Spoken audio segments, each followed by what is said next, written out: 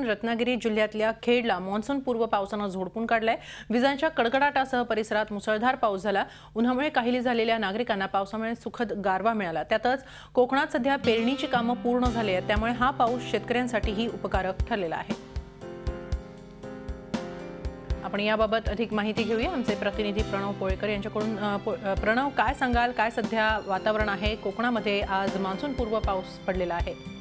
नक्कीच हिमालय आज कोकणामधल्या खेड तालुक्यामध्ये मान्सून पूर्व पावसाने हजेरी लावली। यामध्ये मोठ्या प्रमाणात विजांच्या कडकडाटासह वादळी वारे ज्या ठिकाणी वाहत होते, मोठ्या प्रमाणात जे आहे ते रस्त्यावर झाडं उन्मळून पडलेली आहेत। खरं तर दापोली खेड हा जो 2 तालुक्यांना जोडणारा महामार्ग आहे, या ठिकाणी मोठ्या प्रमाणात झाडं पडल्यामुळे हा महामार्ग बंद आहे। त्याचबरोबर शेतकरी मात्र याच्यातून सुखावलाय, कारण पेरणीची कामं शेतकऱ्यांनी केलेली आहेत आणि या पावसामुळे नक्कीच तिला शेतकऱ्याला जो आहे तो दिलासा देणारा जो हा पाऊस आहे तो म्हणावा लागेल। हिमालय नक्कीच पावसाने किंवा मान्सूनची सुरुवात तर छान दिसते आहे। धन्यवाद प्रणव, आपण दिलेल्या या सगळ्या माहितीबद्दल। झी 24 तास रहा एक पाऊल पुढे।